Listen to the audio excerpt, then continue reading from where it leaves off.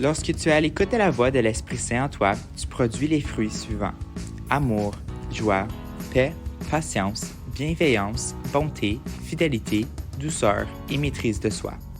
Aujourd'hui, nous allons découvrir le fruit de la maîtrise de soi. La maîtrise de soi veut dire contrôler ses émotions, maîtriser son comportement et faire des bons choix. C'est aussi dire non à quelque chose qui n'est pas bon pour toi, même si tu le veux vraiment. Pratiquer la maîtrise de soi, c'est en partie ce que veut dire avoir le fruit de l'esprit en nous. Pour commencer, il faut d'abord reconnaître la différence entre le bon et le mal. Chaque action entraîne des conséquences positives ou négatives.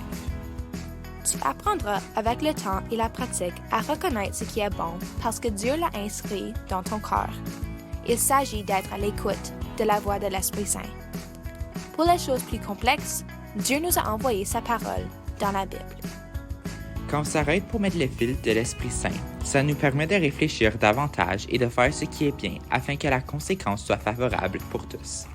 Tu veux connaître une stratégie? Tu commences par t'arrêter, tu prends le temps d'y penser et ensuite tu peux agir. Essayons-le. La maîtrise de soi peut se voir lorsque tu choisis une collation.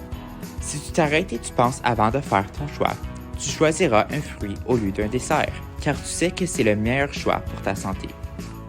La maîtrise de soi, comme fruit de l'esprit, peut surtout se voir lorsque tu fais face à une situation plus difficile, comme une demande de tes parents par exemple. Si tu t'arrêtes et tu penses avant de répondre, tu répondras en douceur et tu accepteras ce qui est demandé de toi. Ça, c'est la maîtrise de soi. La maîtrise de soi peut être difficile lors de différents scénarios avec tes frères, tes sœurs ou tes amis. Imagine tes émotions quand quelqu'un te dérange pendant que tu joues un jeu.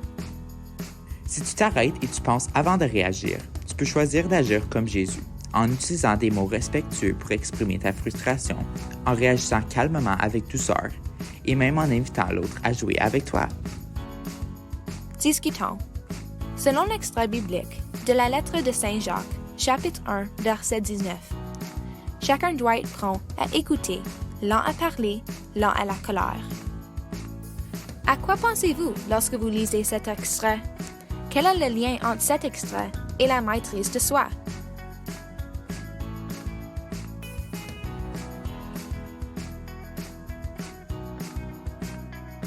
Réfléchissons. Pouvez-vous identifier des moments dans la journée où vous devez pratiquer la maîtrise de soi? Quelles sont des stratégies qui peuvent nous aider à penser avant d'agir pour contrôler nos gestes et nos paroles?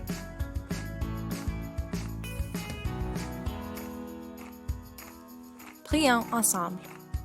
Seigneur, merci de partager ta présence dans ma vie afin que je continue à grandir dans ma foi. Aide-moi à reconnaître davantage ce qui est bon comme ton Fils Jésus nous a montré. Envoie-moi ton esprit afin que je puisse continuer à maîtriser mes gestes et mes paroles et ainsi à semer l'amour, la paix et la bonté autour de moi. Amen.